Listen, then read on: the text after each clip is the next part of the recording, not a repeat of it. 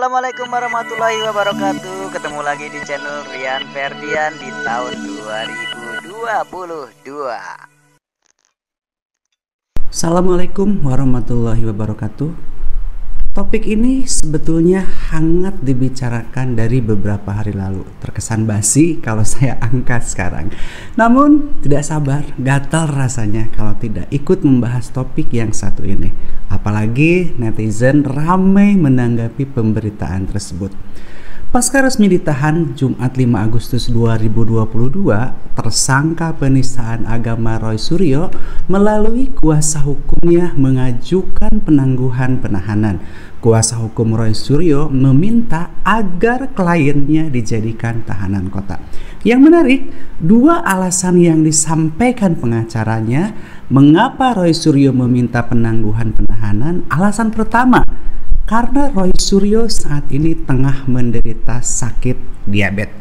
Sementara alasan kedua, penangguhan penahanan diminta karena Roy Suryo adalah orang yang berjasa terhadap negara.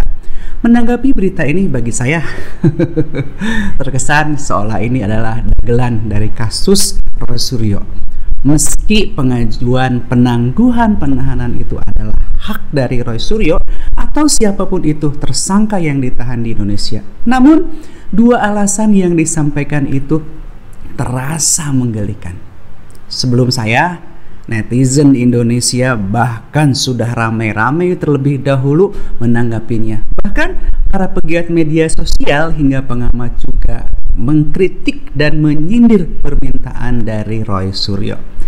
Jika alasan sakit, bukan hanya Roy Suryo tahanan yang sakit. Sebelum Roy Suryo, banyak juga tahanan politik korupsi yang tiba-tiba sakit ketika ditetapkan sebagai tersangka. Lagi pula, polisi juga telah memiliki prosedur tersendiri untuk para tahanan yang sakit. Dokter, klinik, bahkan rumah sakit tentu bisa jadi rujukan pihak kepolisian jika memang ada tahanan yang sakit. Jadi saya rasa sakit bukanlah alasan untuk dijadikan sebagai alasan meminta penangguhan penahanan. Saya pikir terlalu manja seorang Roy Suryo menjadikan sakit sebagai alasan penangguhan penahanan, karena pihak kepolisian pun tidak akan membiarkan tahanannya dalam keadaan sakit. Sementara alasan kedua, penangguhan penahanan diajukan karena Roy Suryo adalah orang yang berjasa terhadap negara, itu bagi saya juga terlalu berlebihan. Saya juga bingung, mungkin Anda, dari sudut mana kita bisa melihat bahwa Roy Suryo itu telah berjasa terhadap negara? Jika tolak ukurnya adalah dia pernah menjadi Menpora di era SBY, lalu bagaimana mantan pejabat lainnya yang terkena kasus hukum? Bisa-bisa karena alasan berjasa itu semua tahanan mendapatkan penangguhan atau bahkan minta dibebaskan tanpa berniat mengecilkan kontribusi seorang Roy Suryo terhadap negara.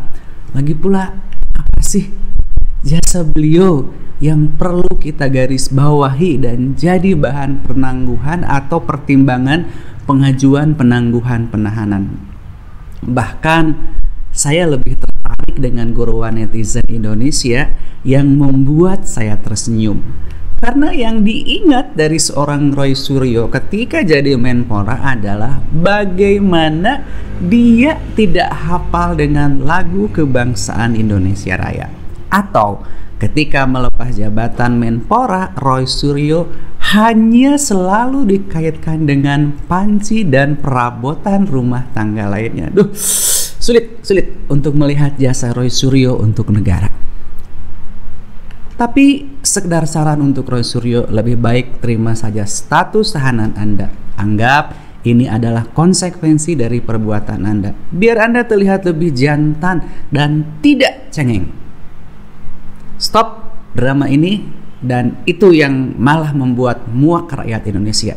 Saya lebih respect jika Roy Suryo secara gagah dan jantan menerima dan menjalani semua konsekuensi hukum yang ada. Salut jika Roy Suryo bisa seperti itu. Saya Dimas Pat, terima kasih dan Assalamualaikum warahmatullahi wabarakatuh. Terima kasih sudah menonton. Jangan lupa subscribe ya.